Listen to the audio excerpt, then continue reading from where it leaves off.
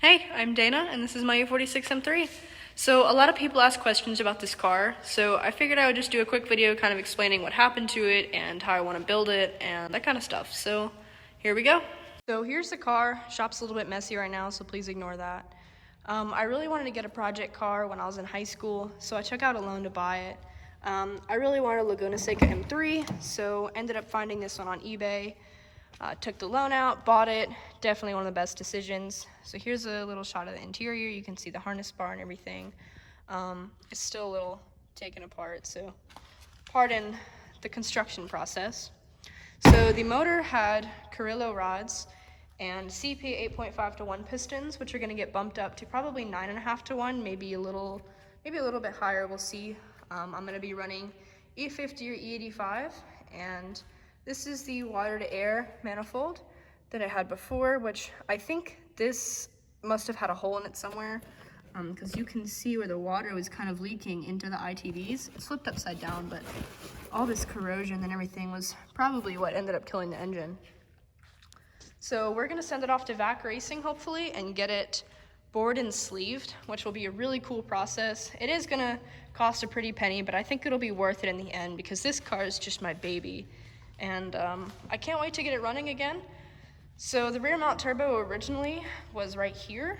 It was a Precision 6266. We were probably gonna go with an EFR 8374, which will be really cool. In here you can see a little bit of carbon fiber. Those are my gauges, probably gonna keep those there.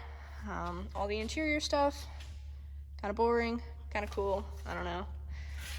So, can't wait to put it back together and we'll see what happens. I will post some videos of the takedown process. So in these next couple of videos, you will see that I kind of realized the car was not going to come back to life.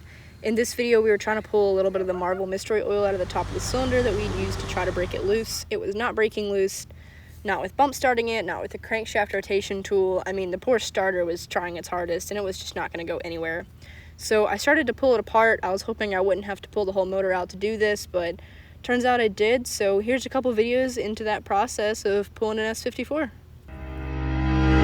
Can't be sleeping, keep on waking without the woman next to me. The lighting is super bad, but the O2s are out. The main part of the exhaust is out. This pipe is completely loose. It's pretty much just sitting right here right now, so cool, another spider. Oh, there's two more up there, hello. This I'll be able to pull down in a second, and that will be most of the exhaust work. Where the turbo is sitting back there, I don't think I'm going to need to take that out. It should be out of the way for the most part. And then most of the front end of the car is already off, so we've just got the drive shaft and the trans that we've got to drop down if absolutely necessary. And then we'll see what else is to do on the outside.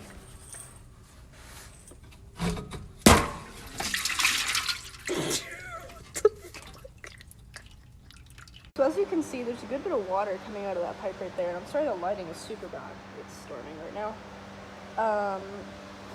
So that pipe goes right back there. As you can see, I've made a ton of progress on the front end of the car. Most of the front end's already off, and we've got the wheels loose just in case we need to pull those off for like to remove anything. Most of the oil lines are off down here. This is all kind of still a work in progress, but as you can see, we're getting somewhere. Next step is to get these lines loose right here, pull this off. This is just sitting right now, and then probably start pulling the trans and drive shaft to get the back loose, and then make sure everything else is loose, and start pulling it out.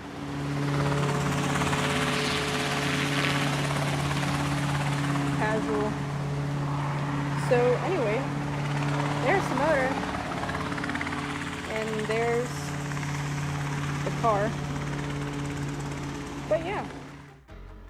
I also just wanted to say really quick that I did make a Google Doc of everything I pulled off the car, including the sizes and the tools that I used.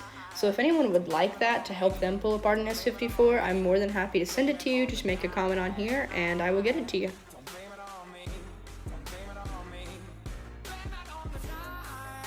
Here's a quick look inside the ITVs, showing the corrosion that I was talking about earlier, just from a little bit of a better viewpoint.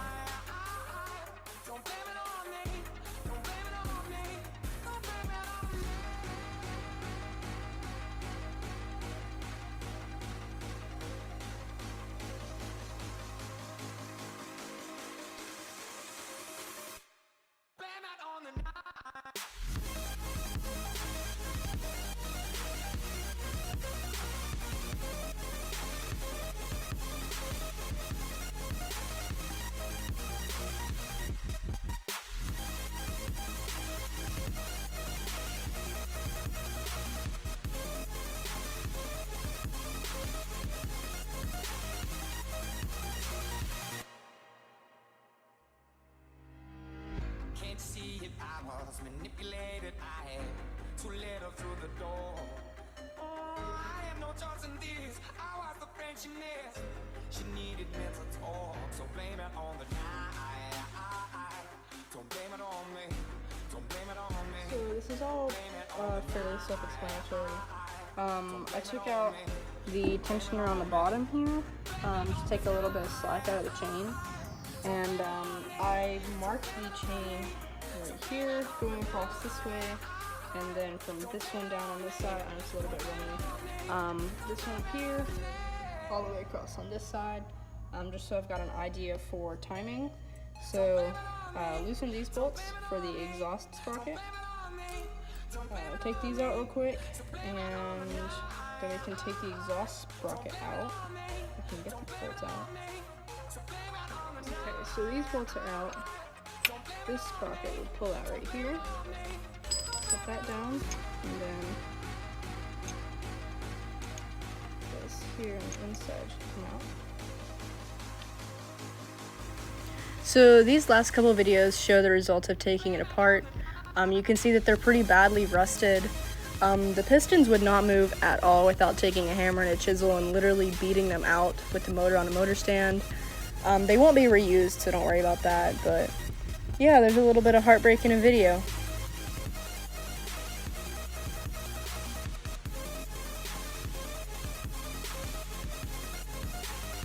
So, I apologize for all the vertical videos. I didn't really expect to be making a YouTube video out of them, but this shows what it kind of looked like without all that mystery oil in there, and this was inside the crankcase, so with it flipped over on the motor stand, it was pretty well rusted in there too. Luckily, a lot of it was just surface rust, so most of those parts will be savable and the crank was fine.